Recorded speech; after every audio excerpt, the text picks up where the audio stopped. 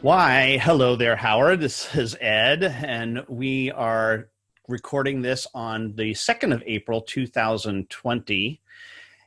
And you and I have weekly conversations but we have talked about how maybe the time is to release one of them, and that's what we plan on doing here. And I just wanted to share a quick story that happened to me this morning, which was I was speaking with my boss on our one-on-one, and we're obviously talking a lot about a lot of stuff, including what's going on with COVID. And at one point, he let out the question of all questions, which is, why is everybody, what's going on here? Why is everybody so crazy about this? And I actually was able to respond and say, well, I actually have an answer for that, and the answer, of course, is anxiety.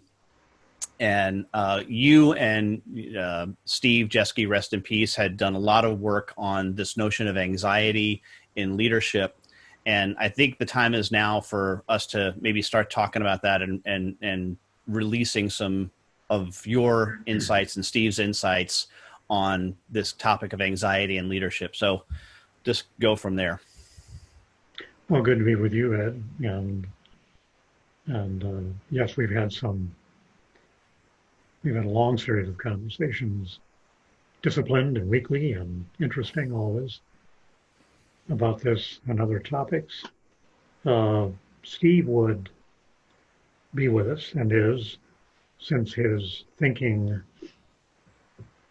10 or 15 years ago started a conversation that he and I began to have about leadership and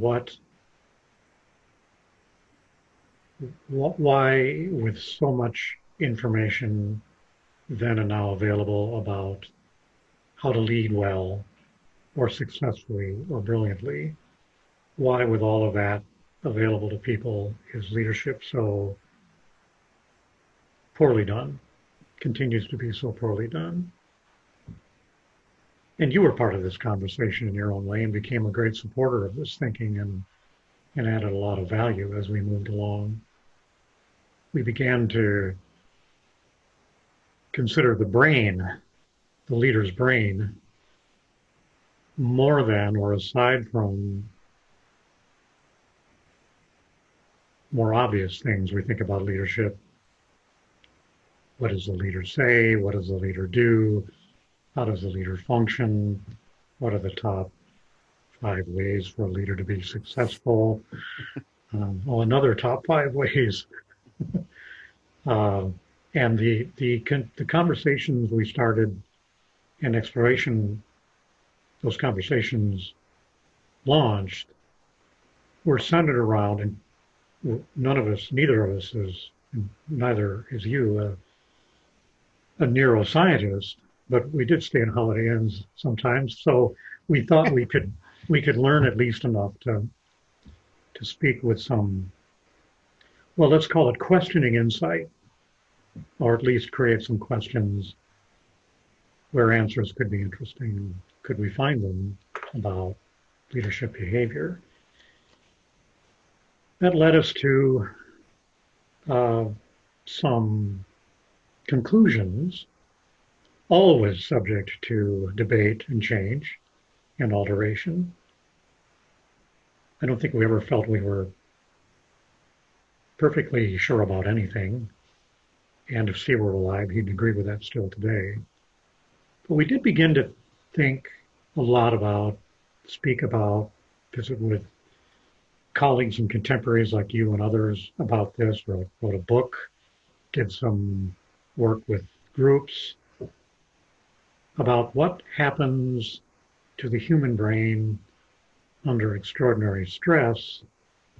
And if we can learn something about that, is that something applicable to what happens to leaders in situations of extraordinary turmoil? And isn't it appropriate to call us in that, to say that we're in that place now? It seems to be, to me, that we are surrounded by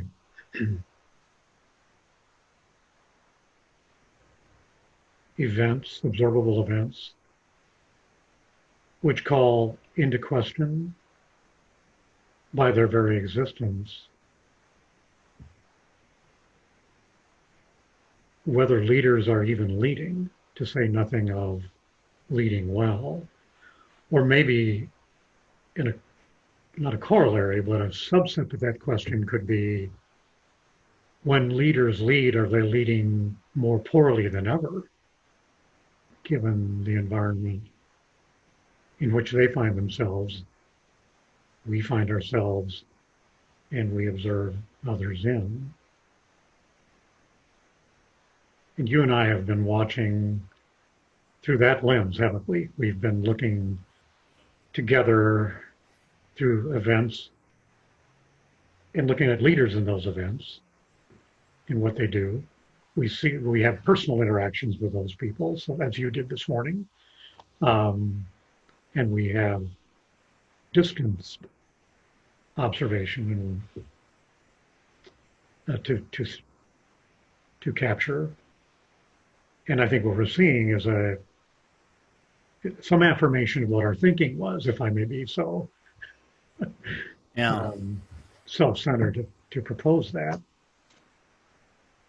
And that is, when extraordinary stress occurs and is existent. And I think we should say now that, well, given the pandemic and all of the outcomes of that, which are either directly related or only secondarily related with respect to cultural actions and reactions, I think we can say that we are observing a situation under extraordinary stress. And we're observing behaviors, not just in leaders, but in non-leaders. And of course, the almost unanswerable question in all of this is, so what is a leader anyway? Yeah.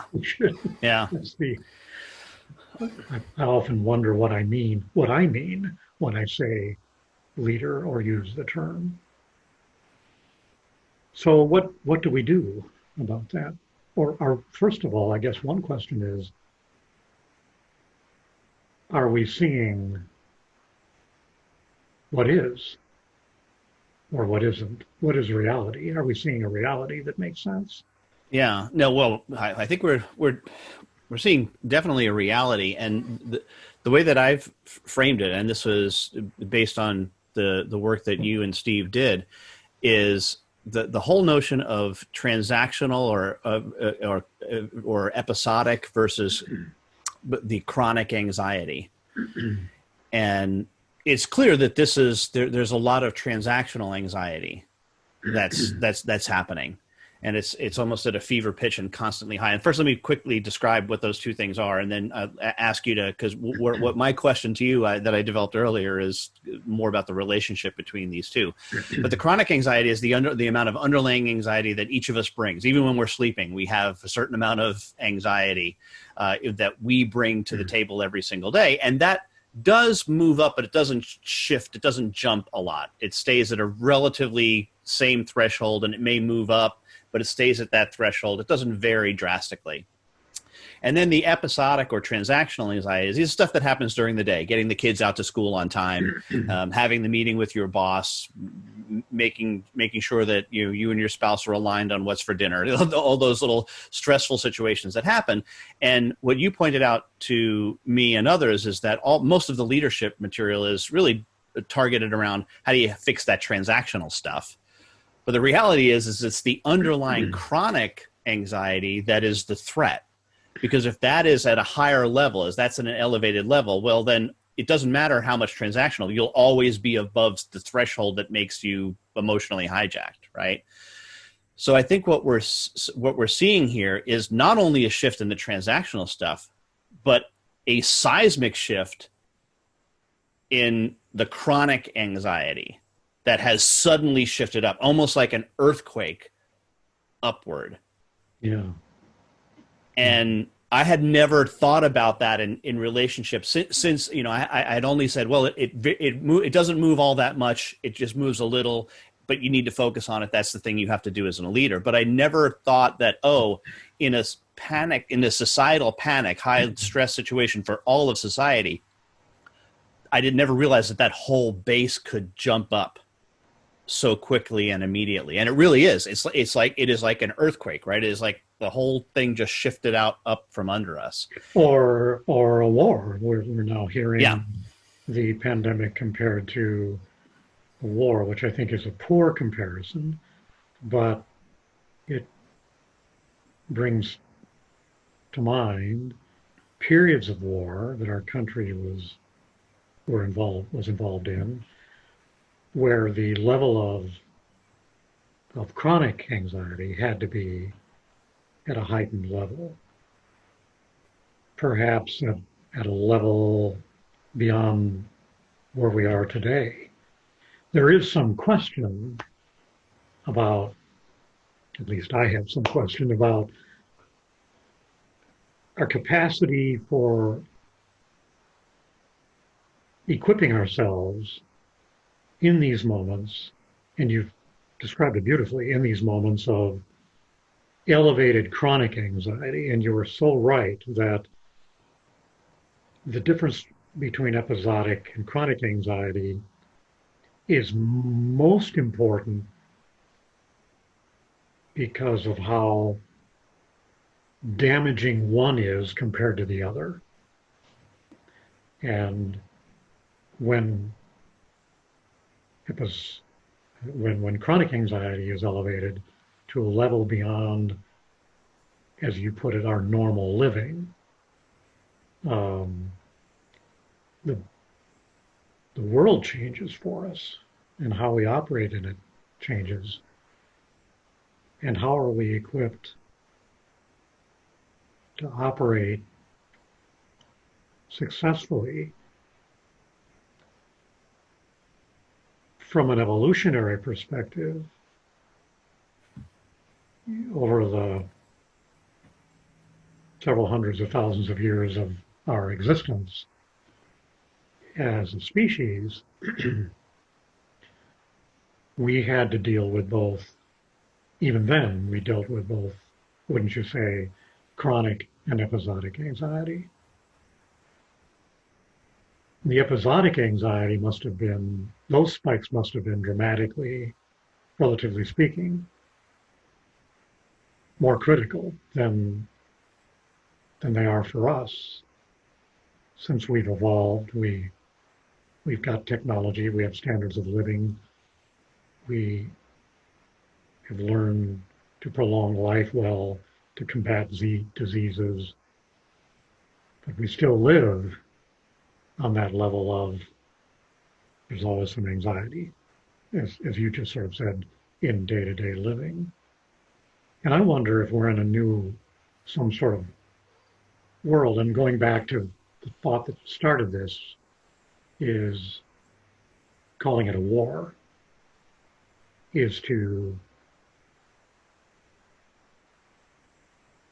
and this occurs to me, if it's not a war, it's a pandemic, which is different than a war, but our language becomes the language of living in wartime, that's not helping us, is it?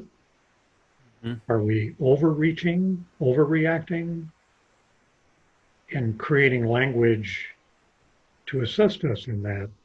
And I always wonder, as I wonder if you do, if once we're in these moments of elevated chronic anxiety, spiked chronic anxiety, like episodic, but going on forever, it seems. Yeah.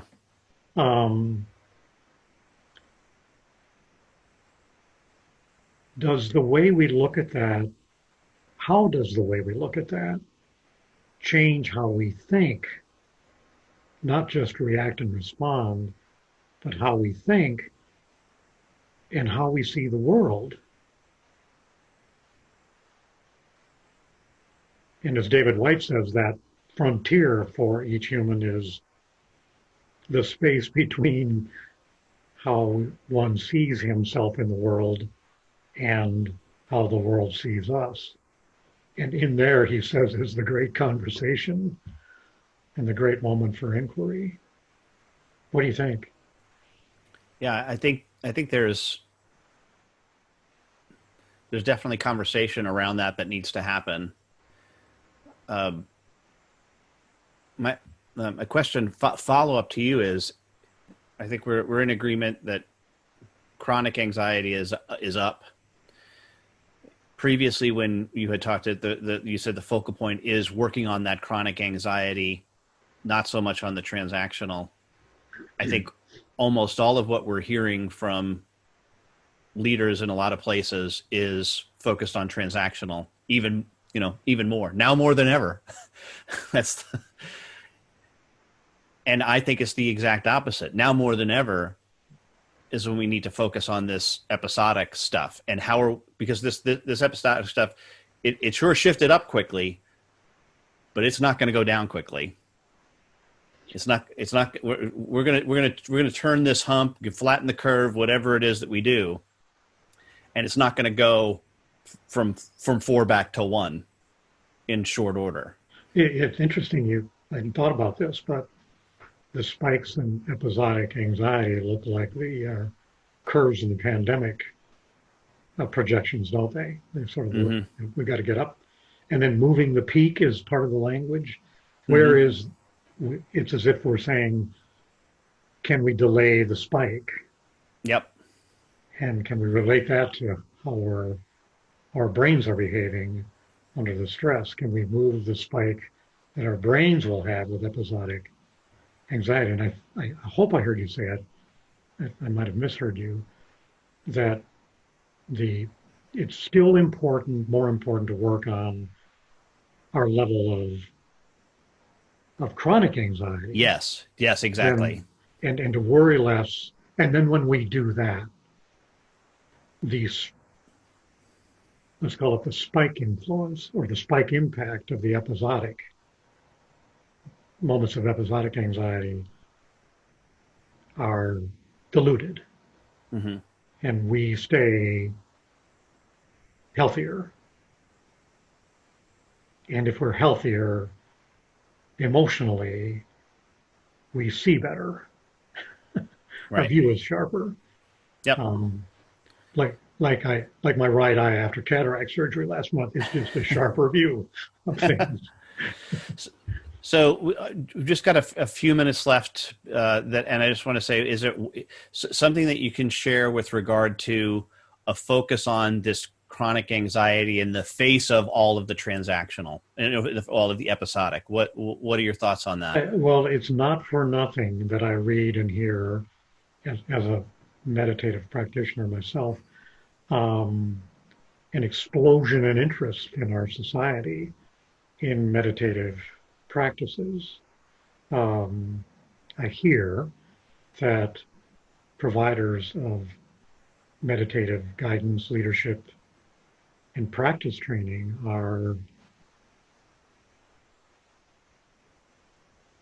I don't want to say besieged, but they're hearing their services are being called on more than ever before. And as a practitioner myself, there's something, I would agree there's probably something to that. Whatever practice one uses or response one has to identifying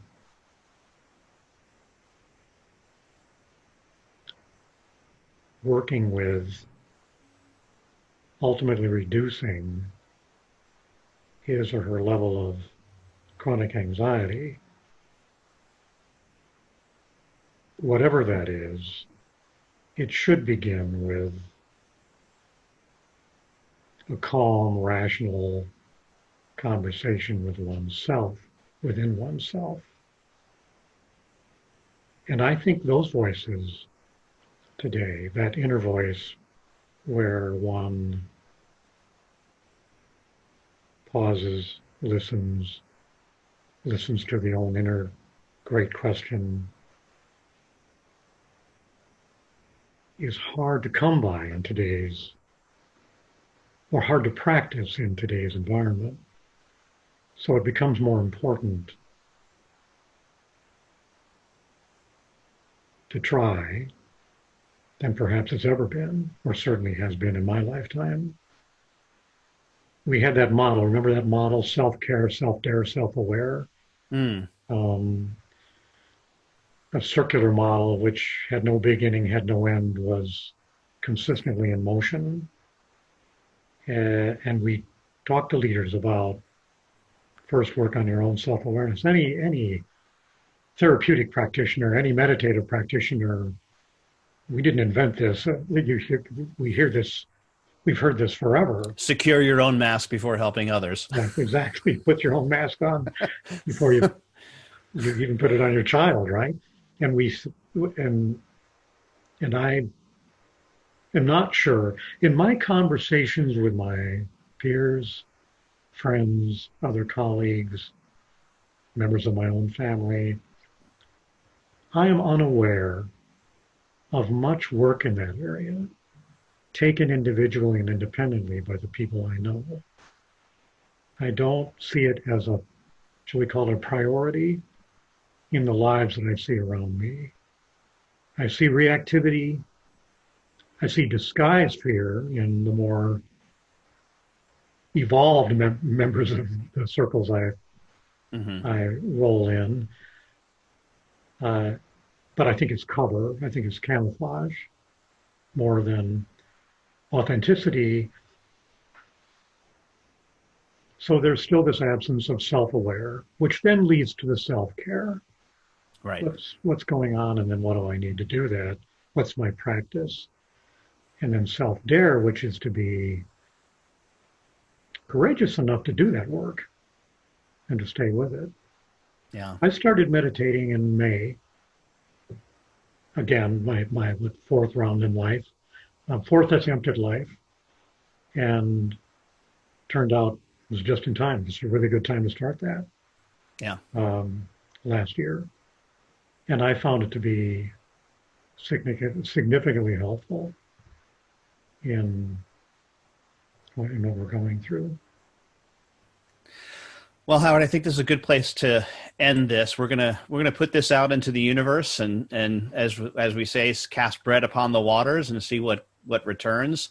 Maybe future videos we can address the self-care, self-dare, self-aware triangle and circle, and how that we might explore those areas deeper, as well as anxiety, further anxiety, and also step up and step down transformers too. I think would be good places to go. But yeah, this has been great. That would be good to continue. And you and I say together to anyone viewing this, we're eager for interaction and conversation and dialogue and thinking better than our own, to be sure. It's there as the Spirit moves one to do so with us. It was good to be with you, Ed. Thanks for the idea for us to do this. You're welcome. What do we offer them, Howard? What do we offer them? Peace and courage. Peace and courage.